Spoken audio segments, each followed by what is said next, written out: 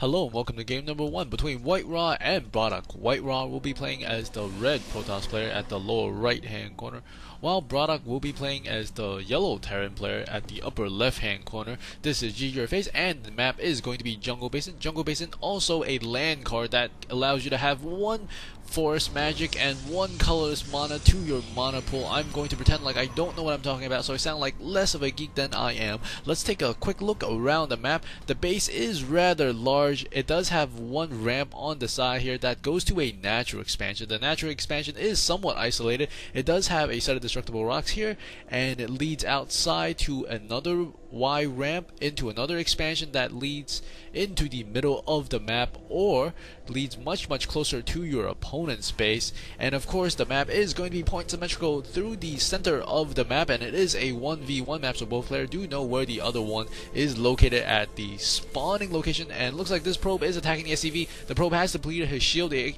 SCV is about half of his HP left, and the probe will fly around just a little bit to replenish his shield, and the SCV is also going to be inside the base. He is attacking the pylon of WhiteRa, and WhiteRa is going to bring one probe over to deal with this pesky SCV. Of course, the SCV can click on any of these mineral patches and escape at any time he wants. Oh no, but it looks like he's forgotten about that, and the SCV is getting a back hump from the probe, and he will explode into a pile of stuffs on the floor. And the simulator is going to go up rather quickly, as the Protoss player is going to grab the second gas relatively soon. And there is a cyber core at the back of the base, and it looks like WhiteRa caught a glimpse of that SCV on his map while he was on the control tower, and the Marine will push the probe off the control tower. And of course the Marine does spot the probe, and it looks like BratOK will be building a factory on the side. And I think that was really important what WhiteRa did, scouting the SCV that was going off to the side, so he knows something funny is going to happen, so he is chrono boosting one of those stalkers out of his gateway. And the income tab will show that the Protoss player is behind in terms of minerals, but he is ahead in terms of gas because he does have two, whereas the Terran player only has one at the moment. The factory is about to be complete, as the SCV is working very hard to get this up and running very quickly, and the stalker is going to walk toward that direction. The factory is about 5 or so seconds away from completion. SCV is complete, and the SCV is going to stay there. Factory is getting shot at. The SCV is also getting shot at. The factory, realizing he is not going to do too much, is going to back away, and BratOK does lose his second SCV. That is 2 SCVs lost, not too much to gain, and the second stalker is going to come and help out as well, but I don't think he will be able to catch up to the factory before it gets home. And the Twilight Council is going down near the top, and this is a very nice spread of the tech buildings, allowing the Protoss player to force the Terran to scan at a couple of more locations than he would like to. And the starport is going up at the back of the base, while the factory is floating. There is a bunker at the top of the ramp, and it looks like one SCV is coming out, and I think WhiteRa has once again caught that SCV and will start shooting at that SCV on the side. A Nexus has recently gone up at the natural expansion for WhiteRa at the moment, and I think this SCV is about 1 or 2 more shots away from death and 5 HP, and the stalker is coming from the other side. We'll be able to get us around, and the SCV goes down. That is the third SCV that BratOK has lost, but I believe BratOK is still, no, he's no longer ahead in terms of minerals. He's lost 1 too many SCVs, and both players are about the same in terms of gases. They both have 2 gases. The unit counting station does show about 2 stalkers and 8 marines at the moment, and the starport will be making a Banshee along with a Tech Labs. Let's take a look at the vision of each player. BratOK does not see too much about the base of WhiteRa, and WhiteRa likewise does not see too much of the base of BratOK, and BratOK only sees the beginning, and so does WhiteRa. WhiteRa is going to get scanned there, and the scan will pick up the robotics facility along with the gateway, and there is going to be a third gateway going up momentarily. I don't believe that BratOK has known about this expansion. It does not show on his map, so he does not yet know that his opponent has expanded. There's going to be a supply depot. This is a great idea, allowing you to have a view of the destructible rocks, allowing you to see when the destructible rocks are going to go down, or what the HP the destructible rocks is at. The cloaking field for the Banshee is being researched at the moment, as the Banshee is going to hover around the side to check for any pylons. A lot of Protoss players do like to place a pylon or 2 on the side so that they can warp in units on the side to harass.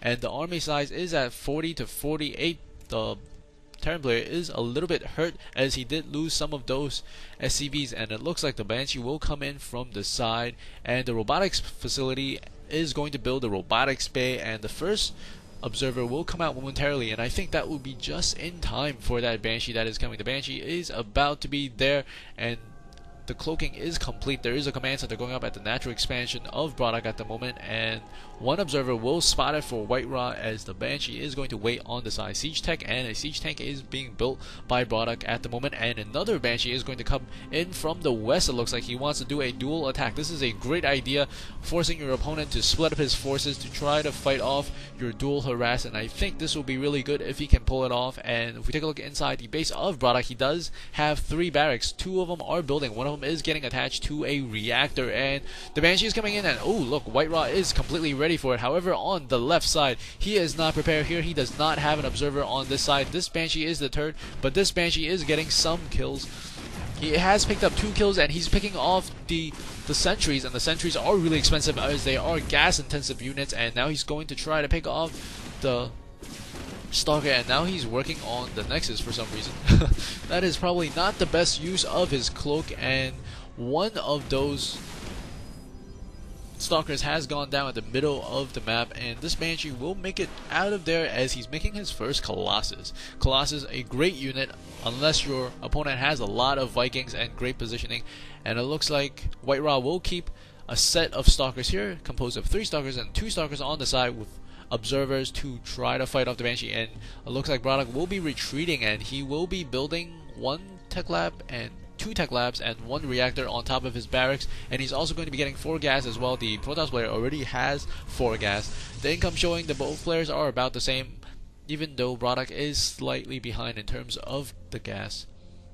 And WhiteRa has a lot of Zealots, it seems. He has 4 Zealots and 5 Stalkers, and he also has 1 Colossus, whereas the Terran player has 3 tanks. 3 tanks are very, very good if they can get the siege mode before the battle, because if they don't siege before battle, they're not as useful, and it looks like 1 Zealot along with 1 probe is going to grab control of the Watchtower. The Watchtower has been really important for WhiteRa this game, as he's spotted a lot of the harass of BratOK before it even occurred, and the factory was not going to be too productive on the east side of the map. It looks like 2 more medevacs are joining the army of BratOK at the moment as the siege tech is complete. He might be thinking about pushing here as the +1 weapons for WhiteRa, excuse me, is going to be complete anytime. And the charge is also going to be researched for the Zealots and making the Zealots very, very useful. And some of the Banshees are coming out here in the middle of the field. The observer is slightly behind. There's 2 Banshees and 3 Stalkers, and they're going to start focus firing. And one of the Stalkers goes down almost immediately, and the second Stalker is very close to death. And this might be a really close battle, but I think the Banshee might win if he can just hit the right one correctly. And 1 more shot. Ooh, that is really close. 18 more HP left on that Banshee.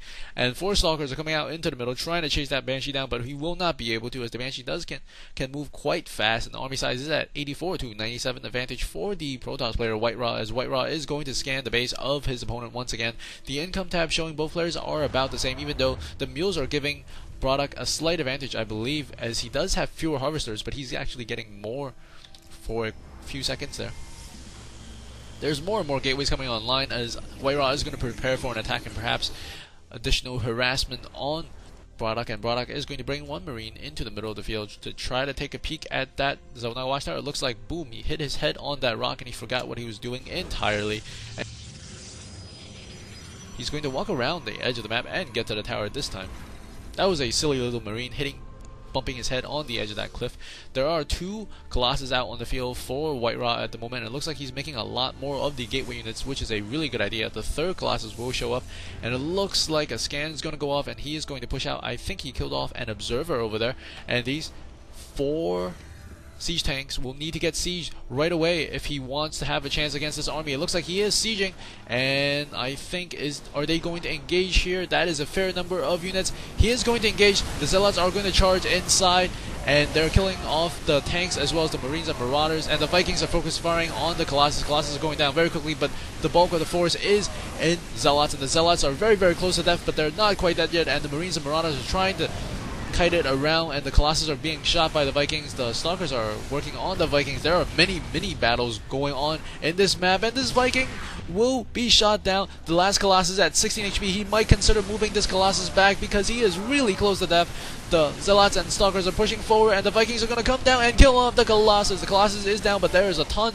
of Zealots inside the base. Look at those little ninjas fly with their ninja blades. The Stalkers and the Zealots are having a field day inside the base of BratOK, and BratOK is trying to make a lot of units, and those units might not make it in time as there is a Colossus on the side along with Stalkers and Zealots, and these Zealots are very difficult to kill off for the Terran player as they do have the 2-0 upgrade, whereas the Terran player is on 0-0 at the moment. Army size is at 47 to 114. It's about to be over as BratOK is still trying to hold it off. He's microing very well, but he does call GG because he does not have enough units. Hope you guys enjoy that game. Game number 2 will be coming in very shortly. If you like what you see, please do subscribe to me at youtube.com/GGYourface. If you're watching not on YouTube, come to my channel and subscribe. Thanks for listening. See you guys at game number 2.